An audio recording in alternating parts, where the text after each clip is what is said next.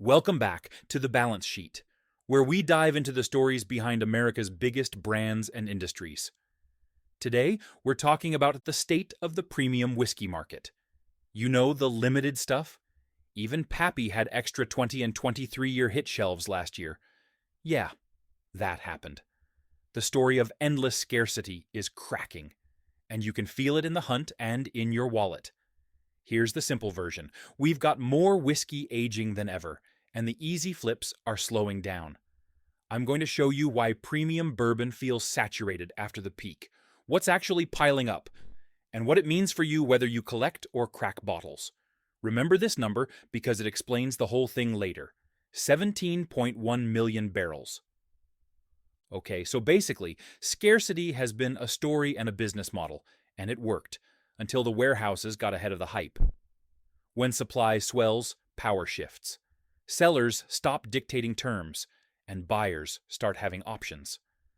Hype can spike demand for a weekend, but warehouses full of aging whiskey are a tide that doesn't care about Instagram posts. Here's what most people miss. Kentucky's sitting on record stock by early 2025 reporting. You're looking at roughly 16.1 million bourbon barrels, plus another million of other whiskey. Call it 17.1 million total. That's not a vibe, that's tax-filed inventory. In the same window, we saw about 3.2 million new fills, which is a pace that compounds the problem because bourbon has to sit. That means capital tied up, rickhouses full, and the wave you created in 2015 through 2020 rolling ashore right now, whether demand cooperates or not. Everything clicked when I started driving past counties stacking fresh rickhouses like Legos. Distilleries expanded aggressively since 2015. Bigger cookers, more fermenters, more still time, and contract producers followed. Now, the counterintuitive part. Even the big contract player MGP is trimming output because orders and pull-through softened.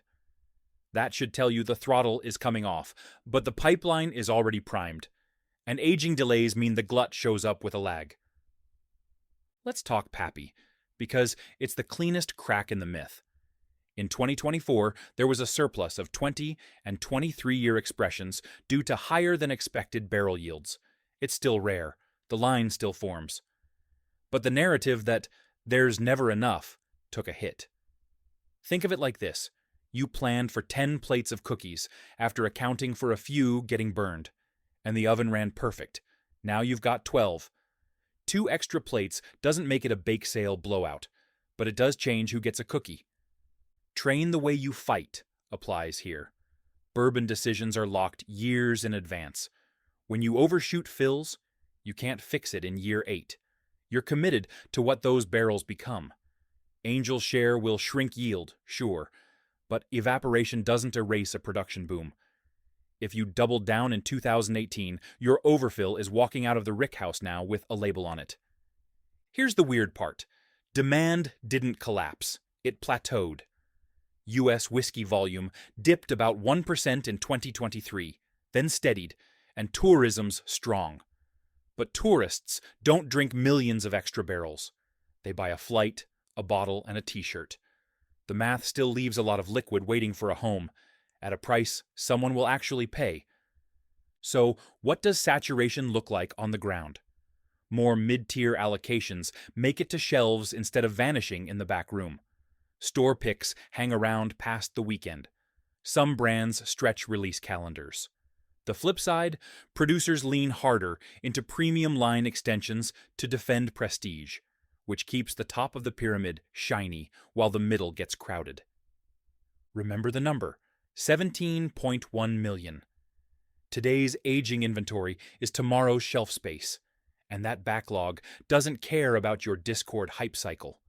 One correction doesn't kill prestige, but it makes the next part make sense. Prices are getting strange. Prestige still sells, but the easy money flips stalled. Secondary prices cooled while shelves got friendlier. 2 curves, opposite directions, same market. Okay, so basically, prices tell you what stories won't.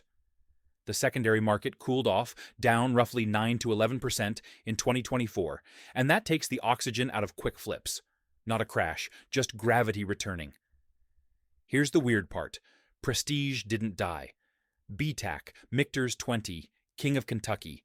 Those still command heavy premiums because of real scarcity and brand heat. But mid-tier allocations? They're drifting toward MSRP like a parachute finding air. Here's what most people miss.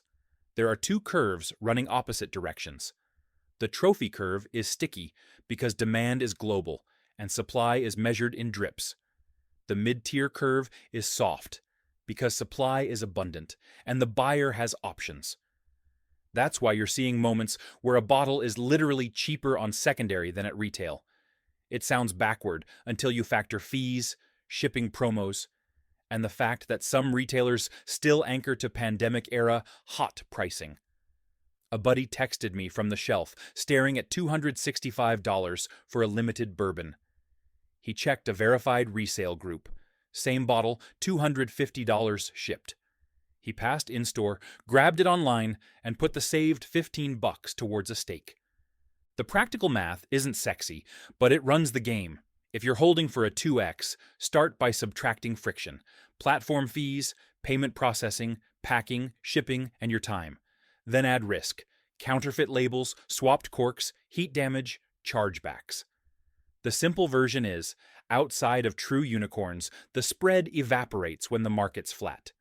You might list at double, but if clearing price is barely above MSRP, and it takes 3 weeks to sell, you just tied up cash you could have turned into 2 great openers and a weekend pour with friends. Everything clicked when I realized liquidity is the real premium now. In a hot market, everything moves.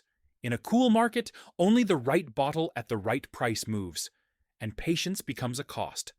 More sellers than buyers at the margins means you're negotiating against time. That's why whales still chase a few trophies, while the rest of us tilt toward value. Jack Daniel's Barrel Proof, Knob Creek 12, Russell's Reserve Picks. These scratch the itch at prices that make sense, and they're actually drinkable assets. Which is the point. Nobody explains this right, but index trends matter for your decisions. If the basket is down about 10% and stabilizing, that's not a green light to spray bids. It's a signal to buy what you'll open and only invest in bottles with proven multi-year floors. Buffalo Trace Antique Collection has a floor. Michter's 20 has a floor. King of Kentucky has a floor. Lots of limited line extensions don't. They surf hype waves, then settle into the current, and the current is slow. Meanwhile, releases are spacing out, hype windows are shrinking, and the first week FOMO premium is melting faster than it used to. Close the loop with that 17.1 million number. Today's aging equals tomorrow's shelf space, and shelf space pressures premiums everywhere except the very top. So yes, prestige survives, but the easy money flips got demoted. Buy what you can stand to drink. And if you're going to park money, park it in bottles that move even in headwinds. Here's the takeaway. The bourbon market is saturated post-peak. Access is improving, but fast 2x flips are rare and getting rarer. If you're a drinker, this is your window to hunt smarter, pay closer to MSRP, and actually open the good stuff. If you're a collector, extend your timelines, stick to Tier 1 bottles with real floors, and respect friction costs. The moral of the story is simple. Train the way you fight. Buy what you can stand to drink. For more deep dives like this, hit like and subscribe, and thanks for watching.